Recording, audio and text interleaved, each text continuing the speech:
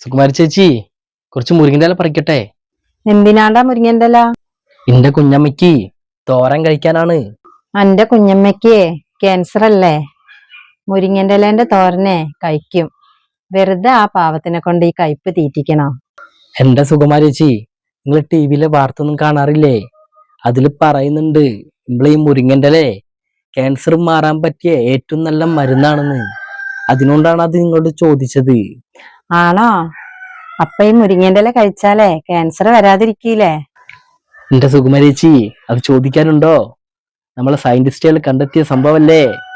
അതുകൊണ്ട് അത് വരാനും വരാതിരിക്കാനും വന്നാലോ മാറാനൊക്കെ ഉപകാരാണ്. കുറച്ച് പറിക്കട്ടെ.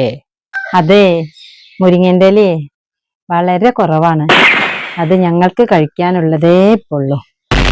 തൽക്കാലം വേറെ എവിടുന്നെങ്കിലും ഒപ്പിക്ക് കേട്ടോ. എന്ത് മനുഷ്യനാണ്! ഇവരോട് ക്യാൻസർ മാറുന്ന കാര്യം പറഞ്ഞതാണ് തെറ്റായി പോയത്.